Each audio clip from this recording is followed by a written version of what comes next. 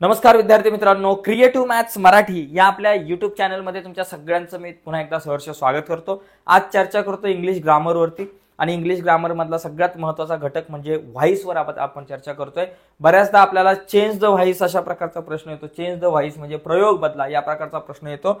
आणि तुम्ही जर पाहिलं आतापर्यंत बोर्डाच्या परीक्षा झाल्यात, त्याच्या प्रश्नपत्रिका जर तुम्ही बघितल्या तर आतापर्यंत दरवर्षी या घटकावरती प्रश्न बोर्डाच्या परीक्षेला हमखास विचारला जातो.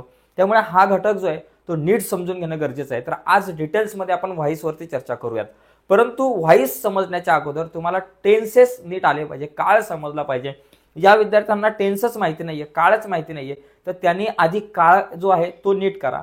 व्याकरणातला जो काळ आहे, जो टेन्स आहे, त्यावरती ऑलरेडी आपण व्हिडिओ बनवलेली आहे. तर टेन्सच्या व्हिडिओची लिंक या व्हिडिओच्या खाली डिस्क्रिप्शनमध्ये देतो. ज्यांना टेन्सच येत नाही त्यांनी आधी टेन्स बघा, नंतर ही व्हिडिओ बघा. कारण टेन्स येत नसेल आणि डायरेक्ट ही व्हिडिओ बघितली तर तुम्हाला समजणार नाही. तर बघा, व्हॉइसवरती आपण चर्चा करू.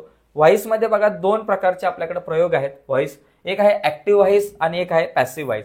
ऍक्टिव्ह व्हॉइस म्हणजे काय? ज्या वाक्यामध्ये कर्ता काहीतरी कृती करत असतो तिथे ऍक्टिव्ह व्हॉइस म्हणजे कर्त्याला महत्व असतं. म्हणजे इथं रोहित जो आहे वॉच टीव्ही रेग्युलरली. ओके, इथं कर्ता तुमचा पहिला आला. म्हणजे ऍक्टिव्ह व्हॉइस मध्ये तुम्ही जर पाहिलंय कुठलेही वाक्य बनवत असताना कर्ता हा नेहमी सुरुवातीला येतो. म्हणजे आय टीच मॅथ किंवा आय एम टीचिंग मॅथ, म्हणजे मी गणित शिकवत आहे, म्हणजे तो मी अगोदर आलो. किंवा Ramesh teaching math, Ramesh is teaching math, I am teaching math, Ramesh is teaching math. तर अशा प्रकारे रमेश, सुरेश म्हणजे तो कर्ता जो आहे तो सुरुवातीला येतो. कशामध्ये येतो? ऍक्टिव्ह व्हॉइस मध्ये. पण पॅसिव्ह व्हॉइसचा विचार केला तर कर्ता नंतर येतो, आधी तुमचं कर्म येतं. म्हणजे इथं बघा, इथं जो तुमचा टीव्ही जो आहे, टीव्ही हा जो सब्जेक्ट होता तो इथं आधी आलेला आहे, यस आधी आलेला आहे. आणि तुमचा जो कर्ता जो होता, सॉरी ओ अगोदर आलाय ऑब्जेक्ट, आणि जो तुमचा कर्ता जो होता सब्जेक्ट तो शेवटी गेलेला आहे. तर हा एक फरक असतो. तर ही वाक्य नेमकी कशा प्रकारे बनवतात, काय नेमकी सिस्टीम आहे, तर यावरती आपण पुढे चर्चा करणार आहोत. त्यामुळे काळजी करू नका. आता याच्यामध्ये फक्त एकच गोष्ट लक्षात घ्यायची, तुम्हाला टेन्स आले पाहिजेत. त्याच्यामध्ये एक लक्षात घ्या, वरचं जाऊ द्या पण इथं खाली लक्षात घ्या, फ्युचर कंटिन्युअस टेन्स बघा, त्याचबरोबर present perfect continuous tense, past perfect continuous tense आणि फ्युचर परफेक्ट कंटिन्युअस टेन्स या वाक्याचा पॅसिव्ह व्हॉइस कधीच होत नाही. लक्षात घ्या या वाक्यांचा. ही जर ऍक्टिव्ह व्हॉइस मधलं जर एखादं वाक्य असेल तुमच्याकडं आणि ते जर या काळातलं असेल कुठल्या तरी, तर यांचा कधीही पॅसिव्ह व्हॉइस होत नाही. बाकी सगळे जे काही एकूण टोटल तुमच्याकडं 12 काळ आहेत, 12 मधून हे 4 जर वजा केले ना तर उरलेले जे 8 टेन्स आहेत ना, त्या टेन्समध्येच त्या टेन्सच्या ऍक्टिव्ह व्हॉइस वाक्यांचंच पॅसिव्ह व्हॉइस आपण करू शकतो. या वाक्यांचं पॅसिव्ह व्हॉइस आपल्याला करता येत नाही, एवढं लक्षात घ्या. तर त्या अनुषंगाने आता मी काही चार्ट बनवले आहेत तुमच्यासाठी, पण त्याच्या आधी हा चार्ट समजून घ्या. ज्यावेळेस तुम्ही ऍक्टिव्ह व्हॉइसचं पॅसिव्ह व्हॉइस मध्ये रूपांतर करता त्यावेळेस तुमचं आय जो आहे, म्हणजे तुमचा जो कर्ता जर तुमचा आय असेल तर त्याचं आपल्याकडे पॅसिव्ह व्हॉइस होत असताना द्वितीय विभक्तीमध्ये जातं मी होतं, वीचं अस होतं, यूचं यू होतं, हीचं हिम होतं, शीचं हर होतं, इटचं इट होतं, देचं देम होतं. एवढ्या सगळ्या गोष्टी तुम्हाला माहिती पाहिजे. हा चार्ट जो आहे याचा स्क्रीनशॉट मारून घ्या किंवा व्हिडिओला पॉज करून तुम्ही लिहून घ्या, खूप इम्पॉर्टंट आहे हा चार्ट. आता याच्यानंतर बघा पुढे आता इथे आपण प्रत्यक्ष मुद्द्यावरती येऊयात. आता इथे बघा, आता इथे tense, simple present tense, simple past tense आणि सिंपल फ्युचर टेन्स ही जर वाक्य असेल ऍक्टिव्ह व्हॉइसची तर त्याचं पॅसिव्ह व्हॉइस कसं येतं बघा. सगळ्यात पहिली गोष्ट, शी सिंग्स अ सॉन्ग. बघा, शी सिंग्स अ सॉन्ग. ओके, हे जे वाक्य आहे हे वाक्य कशाचं आहे बाबा? हे जर वाक्य तुम्ही बघितलं तर हे वाक्य आपल्याकडे आहे ऍक्टिव्ह व्हॉइसचं, ज्याच्यामध्ये तुमचा कर्ता पहिला आलाय. कर्ता जर आधी असेल तर समजायचं ऍक्टिव्ह व्हॉइसचं वाक्य आहे. आता याचं पॅसिव्ह व्हॉइस मध्ये होताना हे त्याचं रचनासूत्र आहे बघा. ऍक्टिव्ह व्हॉइसचं रचनासूत्र काय बाबा? S plus V1 plus O. म्हणजे हे जे वाक्य तुमचं सिंपल प्रेझेंट टेन्स मधलं आहे. आता याचं पॅसिव्ह व्हॉइस होताना हे रचनासूत्र आहे बघा. ओ पहिला लिहायचा, नंतर एम इज आर सहाय्यकारी क्रियापदे, V3 लिहायचं पास्ट पार्टिसिपल, नंतर बाय आणि मग यस लिहायचं. आता इथे जर मी बघितलं या वाक्यामध्ये एस जो आहे तो तुमचा एस आहे सब्जेक्ट, सिंग जे तुमचं काय वर्ब आहे, त्याच्यानंतर सॉन्ग जो आहे तो तुमचा ऑब्जेक्ट आहे. मग आपल्या नियमानुसार आपल्याला काय करायचंय? पहिला ओ लिहायचा ऑब्जेक्ट. आता तो ओ जो आहे तो पलीकडे, त्याला म्हणायचं बाबा जरा तू इकडे, तिकडे काय करतो, तिकडे जाऊन तुझा काय फायदा नाही. सिंग्स अ सॉन्ग झालं, अ सॉन्ग लिहिलं. आता या सॉन्ग नंतर पुढे काय पाहिजे बाबा? A song. पहिला ओ लिहिला, त्याच्यानंतर एम इज आर. आता सॉन्ग एकच आहे, म्हणून त्या आपल्याकडे काय येणार, ॲम तर नाही येणार, आर पण नाही येणार, इज येणार. झालं, सहाय्यकारी क्रियापद लिहिलं. त्याच्यानंतर V3 लिहायचे, पास्ट पार्टिसिपल म्हणजे क्रियापदाचं तिसरं रूप. आता इथं सिंग आहे, सिंगचं तिसरं रूप आपल्याला माहिती आहे, सिंग, सॅंग, संग. आपल्याकडे या ठिकाणी संग आहे. संग नंतर आपल्याकडे काय लिहायचंय बाबा, बाय लिहायचंय. बाय लिहिलं. आणि त्याच्यानंतर काय लिहायचं, बाय नंतर आपल्याला काय लिहायचं, शी आहे. आपल्याकडे सब्जेक्ट पाहिजे. आता शीचं काय होतं, मगाशी मी तुम्हाला सांगितलं, शी असेल तर शीचं काय होतं, हर होतं. तर अशा प्रकारे आपल्याला हे जे वाक्य आहे ते बनवता येऊ शकतं. म्हणजे एकदम सिंपल विषय. तर अशा प्रकारे हे वाक्य कसं बनतं हे तुम्हाला मी सांगितलेलं आहे. तर या सगळ्या गोष्टी तुम्हाला नीट समजून घेतल्या पाहिजे. कुठल्या टेन्सचं कशा प्रकारे आपल्याला हे वाक्य तयार करता येऊ शकतं, म्हणजे अशा प्रकारे आहे. आता समजा आणखी एखादं वाक्य असेल, समजा राम रीड्स अ newspaper. Okay, newspaper, Ram reads अ न्यूजपेपर. आता हे वाक्य माझ्याकडे असेल, हे वाक्य कशातलं, सिंपल प्रेझेंट टेन्स आहे. म्हणजे यस आहे, V1 आहे आणि ओ आहे. हे सिंपल प्रेझेंट टेन्सचं वाक्य आहे. आता या वाक्याचा जर का मला या ठिकाणी ऍक्टिव्ह व्हाईसचं पॅसिव्ह व्हाईस करायचं असेल, परीक्षेला प्रश्न येईल, change the voice, change the voice. Okay, मग आता काय करणार, सगळ्यात पहिली गोष्ट मला माहिती आहे, राम काय बाबा तुमचा सब्जेक्ट आहे, हा रीड्स काय बाबा तुमच्याकडे V आहे, ते V1 आहे, आणि न्यूजपेपर काय बाबा तुमच्याकडे ओ आहे. आता याला मला पॅसिव्ह व्हाईस मध्ये करायचंय, याचं व्हाईस बदलायचं, पॅसिव्ह व्हाईस मध्ये करायचंय. तर पॅसिव्ह व्हाईस मध्ये करताना पहिला काय येणार बाबा, ओ, ऑब्जेक्ट आहे. आता ऑब्जेक्ट कुठे तो, ओ म्हणजे कोणी, अ न्यूजपेपर आहे. मग या ठिकाणी अ न्यूजपेपर मी लिहिलं. ओके, अ न्यूजपेपर लिहिलं. त्याच्यानंतर ॲम इज आर पैकी इज येईल, इथं एकच न्यूजपेपर आहे, अ न्यूजपेपर इज. त्याच्यानंतर पास्ट पार्टिसिपल आहे, रीडचं तिसरं रूप रीडच येतो. आणि त्याच्यानंतर बाय येईल, आपल्याला बाय करायचं आहे. कोणाला बाय करायचं आपल्याला, या सब्जेक्टला. आता राम आहे तर रामचं रामच लिहायचं. हा, ही असतं तर त्याचं आपल्याकडं हिम आलं असतं, पण राम आहे, रामचं रामच राहणार. ओके, त्याच्यात काय बदल होणार नाही. तर एकंदरीत आपल्याकडं अशा प्रकारे आपल्याला हे वाक्य जे आहे ते त्याचं म्हणजे ऍक्टिव्ह व्हाईसचं पॅसिव्ह व्हाईस मध्ये रूपांतर करता येऊ शकतं. त्याच्यानंतर पुढे बघा, आता मी बाकी सगळ्या गोष्टींवरती इतक्या डिटेल्समध्ये नाही बोलणार, तुम्हाला फक्त सांगण्याचा प्रयत्न करतोय. आता इथे दुसरं बघा, he saw a dream at night, त्यांनी रात्री स्वप्न बघितलं. आता याच्यामध्ये बघा, ही जो आहे, ही काय बाबा तुमच्याकडे, आता नीट समजून घ्या, he saw a dream at night, at night. आता हे जे वाक्य आहे हे कुठल्या टेन्सचे, सिंपल पास्ट टेन्स आहे. यस आहे, ही सब्जेक्ट आहे. त्याच्यानंतर V2 म्हणजे क्रियापदाचं तुमचं दुसरं रूप आहे, सॉ. ओके, त्याच्यानं सीचं सॉ झालं. आणि त्याच्यानंतर डायरेक्ट ओ आहे, अ ड्रीम, अ ड्रीम आहे, बरोबर. आणि ते कधी बघितले तर ॲट नाईट, बरोबर ना, ॲट नाईट. ओके, हे इतर आहे वाक्य. आता इथं आपण काय करायचं, आता याचा जर का मला या ठिकाणी ऍक्टिव्ह व्हाईसचा पॅसिव्ह व्हाईस मध्ये रूपांतर करायचंय, तर पहिलं माझ्याकडे काय आलं पाहिजे बाबा, ऑब्जेक्ट आला पाहिजे. ओ काय बाबा या ठिकाणी अ ड्रीम आहे, अ ड्रीम ॲट नाईट ओ नाहीये, या ठिकाणी ड्रीम आहे, कर्म काय बाबा ड्रीम आहे, स्वप्न बघितलं. मग इथं लिहू शकतो आपण अ ड्रीम.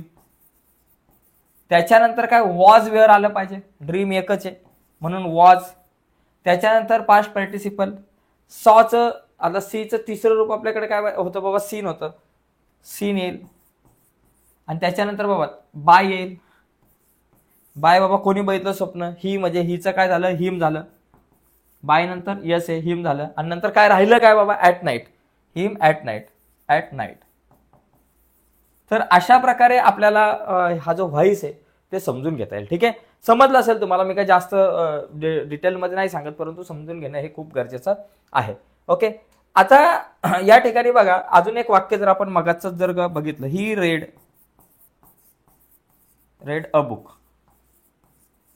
ओके, आता तुम्ही म्हणाल की सर हे वाक्य जे आहे बघा, लक्षात घ्या, तुम्ही हे वाक्य जे आहे तुम्ही मला सिंपल प्रेझेंट टेन्स आहे, तर सिंपल प्रेझेंट टेन्सचं वाक्य वगैरे नाही, तर हे वाक्य कशाचं आहे, रेड आहे. जर यस प्रत्यय असतं तर समजायचं हे सिंपल प्रेझेंट टेन्सचं वाक्य, परंतु इथे यस नाही लागलेला प्रत्यय, त्याच्यामुळे हे वाक्य कुठलं आहे, हे वाक्य आहे सिंपल पास्ट टेन्सचं वाक्य आहे, बरोबर.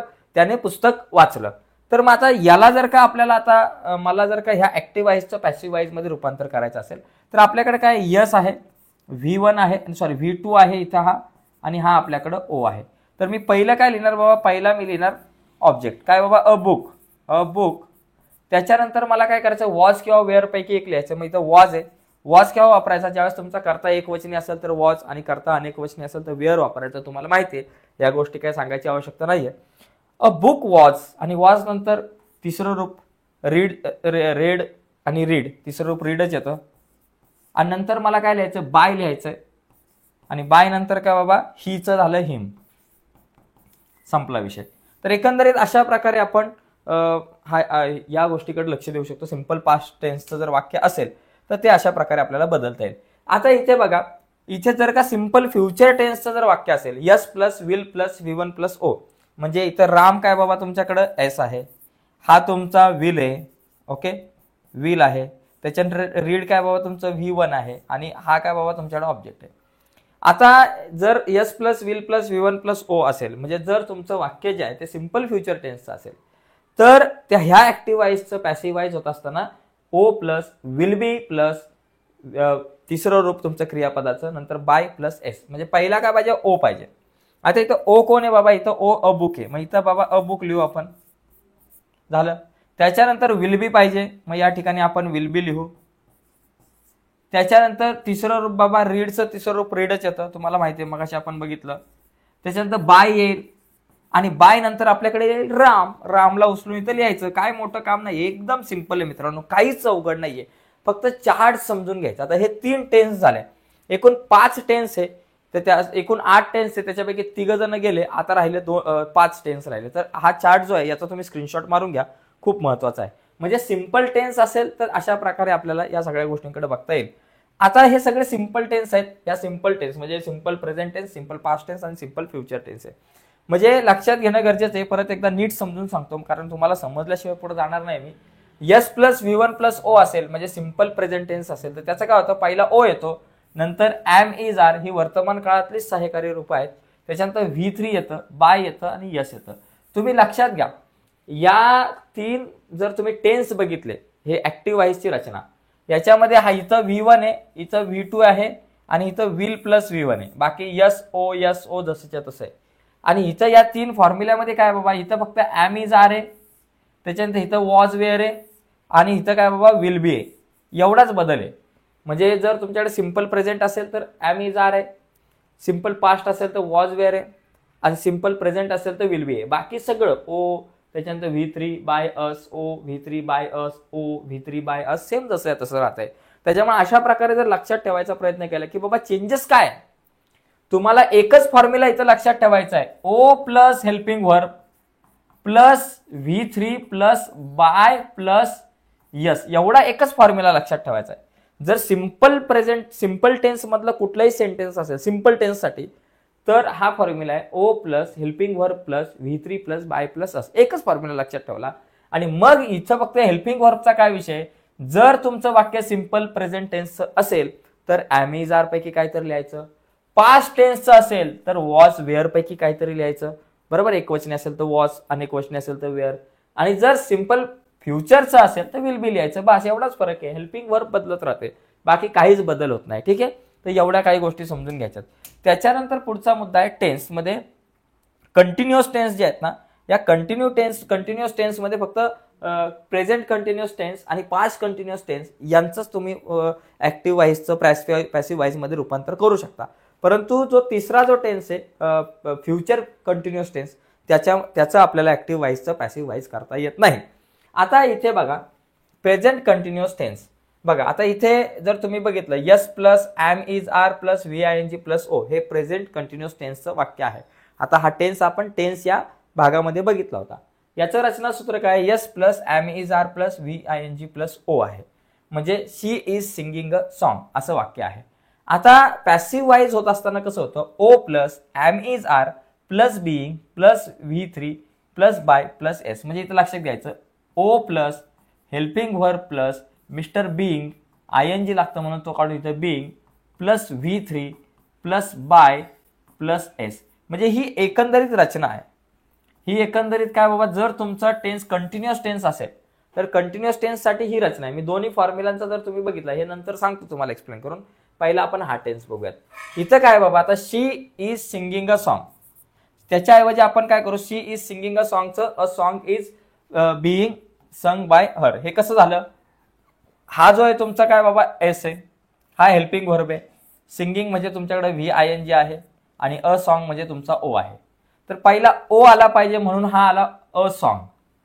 नंतर तुमच्याकडे ॲम इज आर पैकी इज आला, बरोबर. त्याच्यानंतर हा बिईंग आला जसाच्या तसा. V3 हा जो सिंग आहे त्या सिंगचं काय संग येतं. ओके, सिंग सॅंग संग आलं. ओके, संग आलं. त्याच्यानंतर बाय लिहायचंय, बाय आलं आणि नंतर यसचं हर आलं. ओके, झालं. आता आपण एक वाक्य बघू. He is reading, he is reading a book. Okay, तो पुस्तक वाचत आहे. आता या वाक्याचा जर का मला ऍक्टिव्ह व्हॉइसचं पॅसिव्ह व्हॉइस करायचं असेल तर या वाक्यामध्ये काय काय आहे.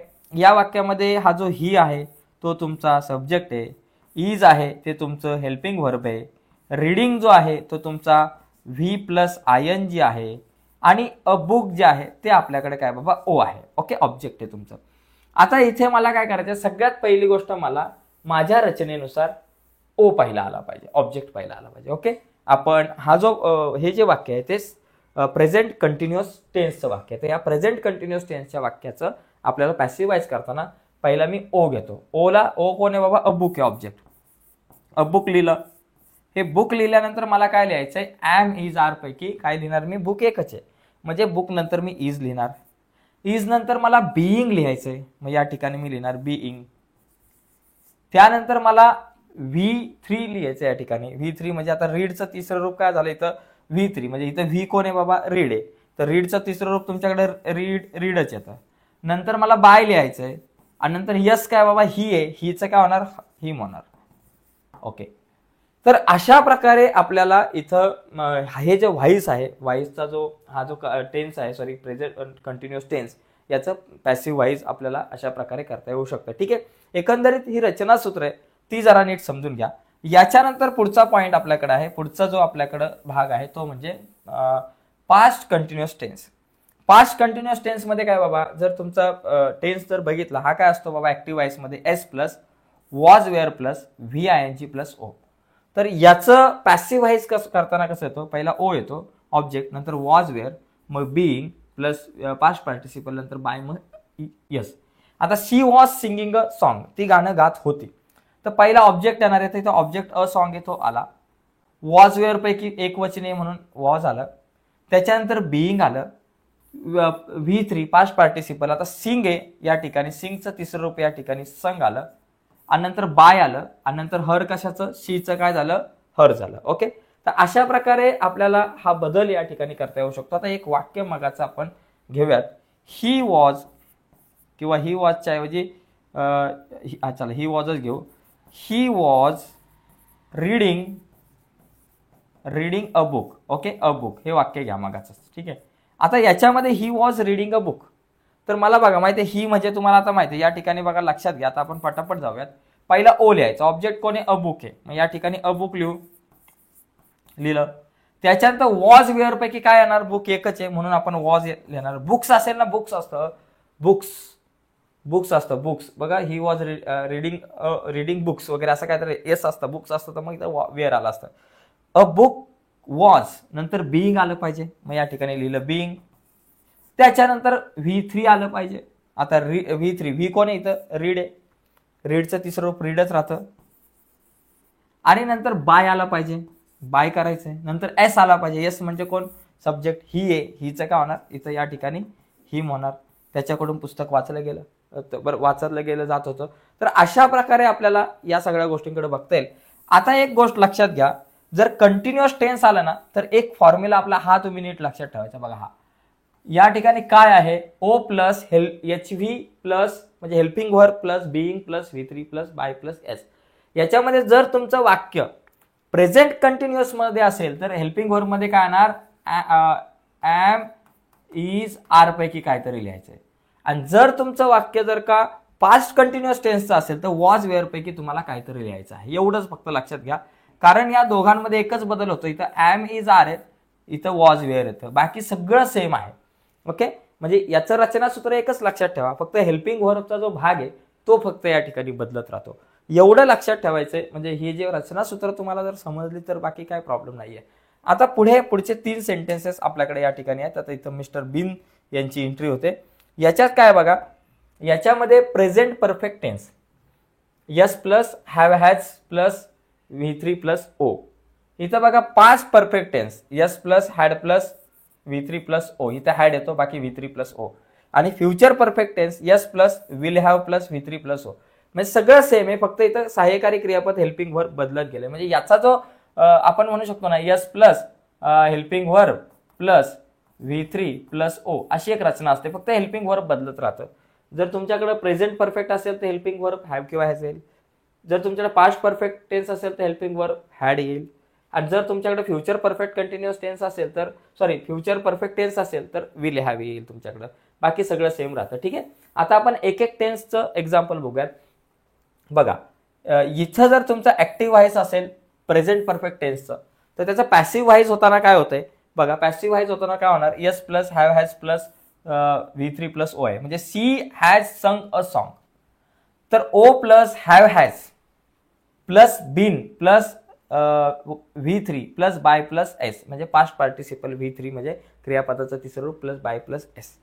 आता याच्यामध्ये पहिला ओ आला पाहिजे ऑब्जेक्ट. या ठिकाणी ऑब्जेक्ट कोण आहे, अ सॉन्ग आहे, तो आला अ सॉन्ग. हॅव किंवा हॅज पैकी जर करता तुमचा एकवचनी असेल तर तुम्ही हॅज वापरा, आणि अनेक वचनी असेल किंवा आय असेल तर हॅवचा वापर करा. अ सॉन्ग नंतर मी हॅव हॅज मधला हॅज लिहिला या ठिकाणी. त्याच्यानंतर बिन लिहायचंय, बिन आलं. त्याच्यानंतर पास्ट पार्टिसिपल म्हणजे V3 हा तुमचा जो संघ आहे, संघचं काय झालं, संघचं या ठिकाणी संगत झालं कारण V3चा आहे तो. नंतर बाय लिहायचंय, बाय लिहिलं. नंतर सब्जेक्ट कोण आहे या ठिकाणी जर तुम्ही बघितलं तर शी आहे, शीचं काय झालं, हर झालं. तर अशा प्रकारे आपल्याला या सगळ्या गोष्टींचा विचार करावा लागेल. आता याची वाक्य मला प्रत्येक वेळेस घेता येणार नाही, पण ठीक आहे आपण घेऊ. He has read a book. Okay, हे जे वाक्य आहे ते तुमचं कशाचं आहे, हे वाक्य तुमचं प्रेझेंट परफेक्ट टेन्स आहे, कारण ही हॅज आला म्हणजे प्रेझेंट परफेक्ट टेन्स. मला रचना करताना पहिला ओ पाहिजे, ओ कोण आहे, अ बुक आहे, मग या ठिकाणी लिहिलं अ बुक. त्याच्यानंतर हॅव किंवा हॅज पैकी बुक एकच आहे म्हणून हॅज लिहिलं. त्याच्यानंतर बिन लिहायचं होतं, मी बिन लिहिलं. त्याच्यानंतर V3 लिहायचं होतं, पास्ट पार्टिसिपल, रीडचं तिसरं रूप रीडच येतं. नंतर मला बाय लिहायचंय, बाय लिहिलं. एस सब्जेक्ट जो आहे तुमचा ही आहे, हीचं काय झालं, हिम झालं. असाच एवढाच बदल आहे. बाकी दोन टेन्समध्ये पण आपल्याला असंच काहीतरी करायचं आहे. बाकी आता इतर दोन टेन्स फक्त मी तुम्हाला समजून सांगतो, त्याची इतर वाक्य घेत नाही, आपल्याला वेळ कमी आहे. बघा इथं S plus had plus V3 plus O म्हणजे पास्ट परफेक्ट टेन्स जर असेल, म्हणजे he had seen a dream at night असं वाक्य आहे. त्याचं काय होतं पॅसिव्ह व्हाईज, ही plus O plus had plus been plus V3 plus by plus S.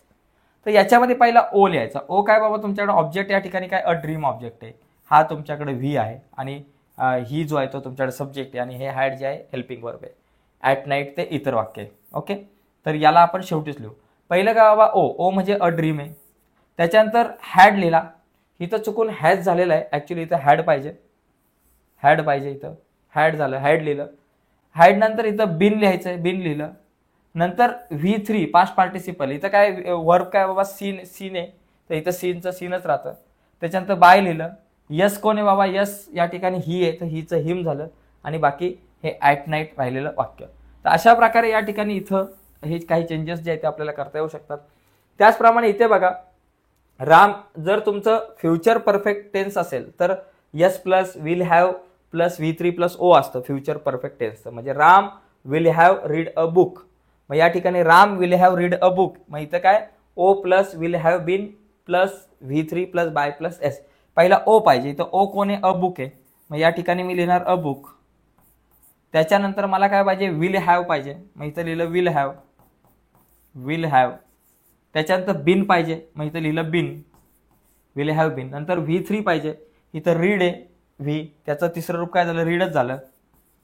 आणि त्याच्यानंतर बाय पाहिजे, आणि नंतर यस काय बाबा, रामचं रामच राहिलं. तर अशा प्रकारे हे 8 टेन्स आहेत आपल्याकडं, आणि या 8 टेन्सच्या ऍक्टिव्ह व्हाईजचं पॅसिव्ह व्हाईज कसं करायचं ते आपण बघितलं. आता आपण या ठिकाणी पुढे जाऊयात थोडंसं. तर हे 8चे टेन्स नीट समजून घ्या, कारण खूप इम्पॉर्टंट भाग आहे. टेन्स नाही समजले तर व्हाईस समजणार नाही आपल्याला. आता थोडंसं आपण पुढे जाऊयात. पुढे बघा, इम्परेटिव्ह सेंटेन्स जर असेल, बघा या ठिकाणी इम्परेटिव्ह सेंटेन्स जर असतील तर आपल्याला काय करायचं बघा.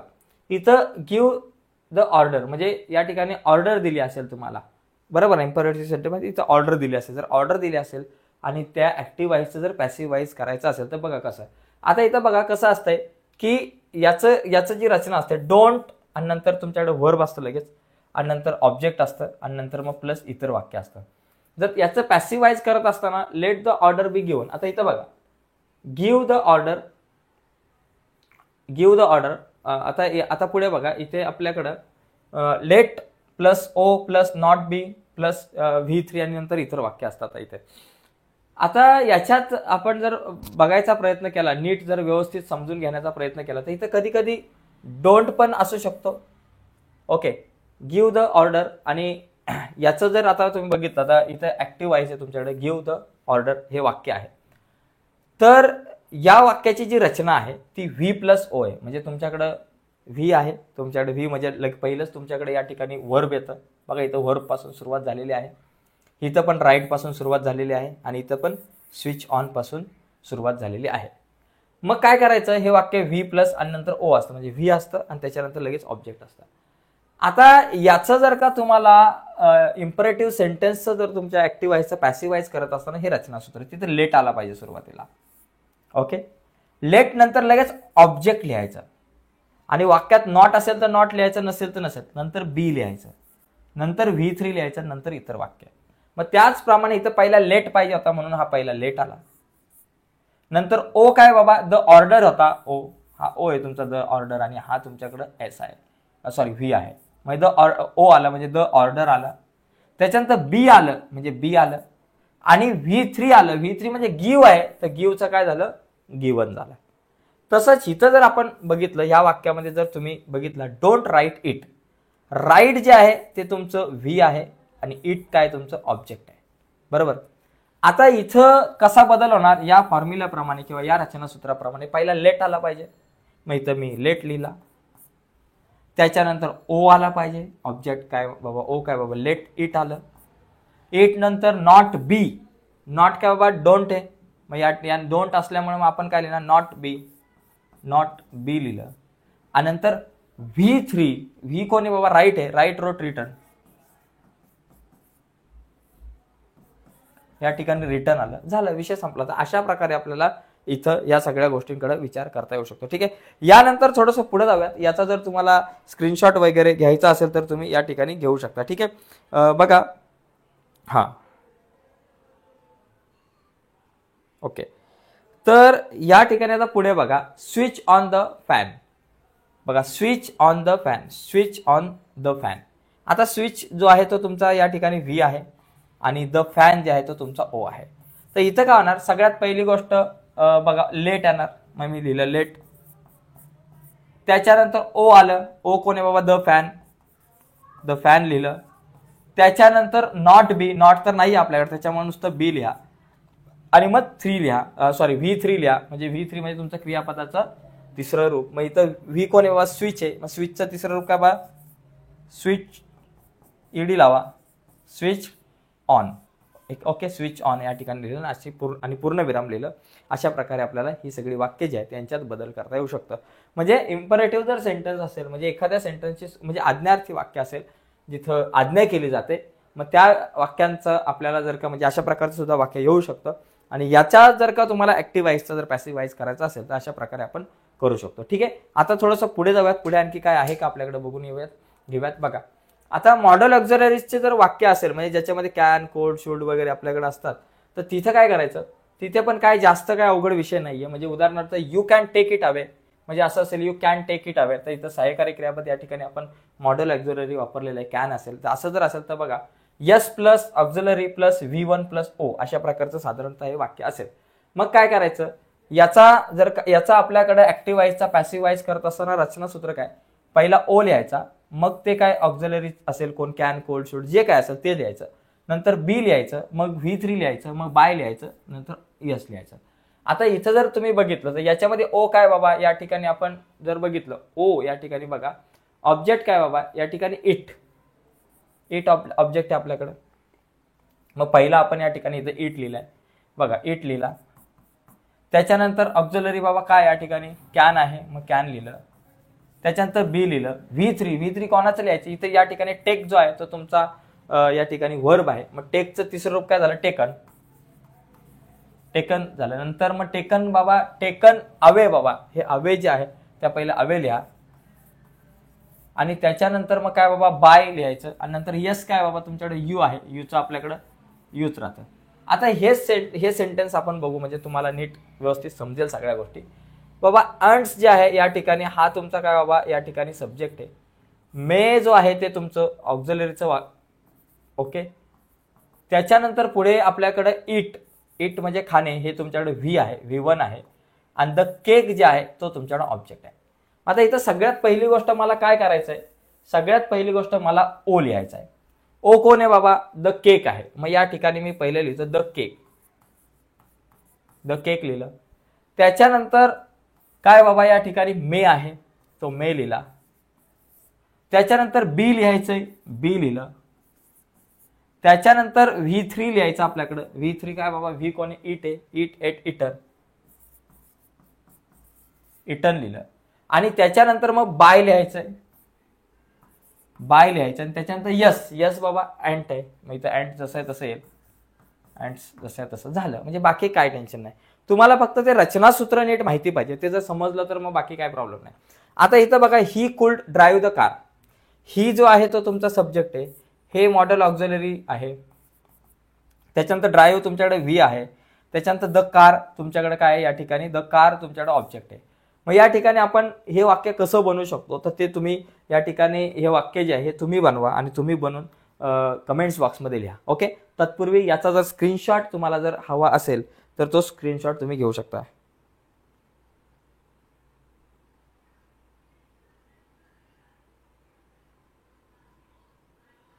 ओके ठीक आहे. तर या ठिकाणी बघा पुढे जाऊ आपण. याचं उत्तर तुम्ही लिहा, एकदम सोपा विषय. पुढे आपल्याकडे काहीच नाहीये, तर एवढाच भाग होता साधारणतः. आज आपण व्हॉइस हा भाग संपूर्ण बघितलेला आहे. नक्कीच मित्रांनो तुम्हाला ही व्हिडिओ आवडली असेल तर व्हिडिओला लाईक करा. नवीन असाल आपल्या युट्यूब चॅनलवर आणि अजूनपर्यंत आपला चॅनल सबस्क्राईब नसेल केला तर आत्ताच आपला चॅनल सबस्क्राईब करा आणि त्या बाजूला असलेलं बेलचं बटन दाबा, जेणेकरून मी अपलोड केलेल्या प्रत्येक नवीन व्हिडिओची नोटिफिकेशन तुमच्यापर्यंत पोहोचेल. ओके. आता आणखी एक इम्पॉर्टंट गोष्ट आहे मित्रांनो, गणित विषयाच्या संदर्भात.